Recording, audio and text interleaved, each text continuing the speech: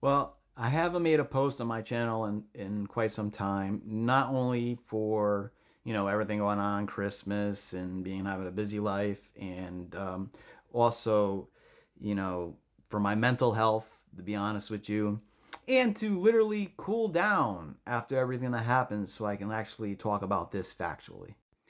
Well, we know MAGA is mostly unhelpable, but I have had a lot of MAGA voters DM me and see the consequences of their vote and how they affected the condition of the middle class today and how it's objectively worse than it was exactly 1 year ago.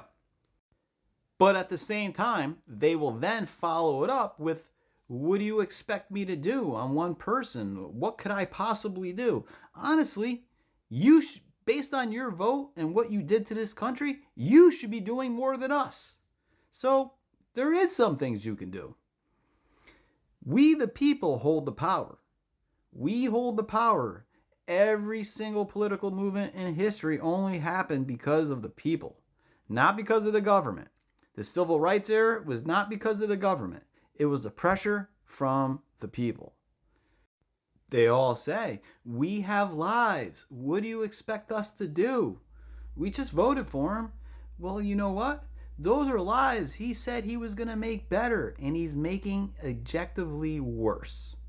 In one of those ways, they're trying to make your life actively worse, is now the Republicans like to pass a bill making dual citizenship illegal. Meaning that if you're a dual citizen, you will have to now forfeit your either American passport and go back to the other country, or forfeit your other country's passport and lose your dual citizenship. This is said to be a loyalty test, when we all know this is not a loyalty test. If I choose between if I want to keep my Italian heritage, that has nothing to do with my loyalty to the country of America. That's just absolutely insane to even think.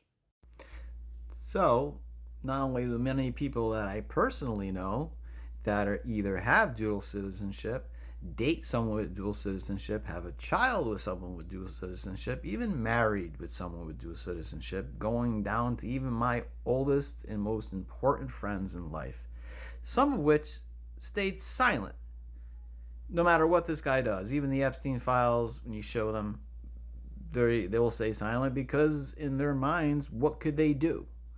What can they do by speaking up? What voice do they have? And again, like I said before, we all have a voice, but it has to be a collective voice. And even though I love these people, and that's one of the reasons I want nothing to happen to them, and I don't want any more trouble in their lives. Life is tough enough. You know, life is tough enough. But to have these constitutional rights taken from you and not say anything about it is not a worse. It's worse than a vote for Trump. Silence right now is worse than being fooled about what you're voting for, even though you shouldn't have believed his lies. But for me personally, I'm going to either do everything I can um, with either a small platform to, if it grows to a big platform, to tell people, and as many of them as I can, what's going on in the administration and who to support in the midterms, who to support in the polls, and to get the country where it needs to be, which wasn't even before Trump, to be honest with you. Biden wasn't perfect. There still was a genocide going on. There still was a war going on in Russia and Ukraine.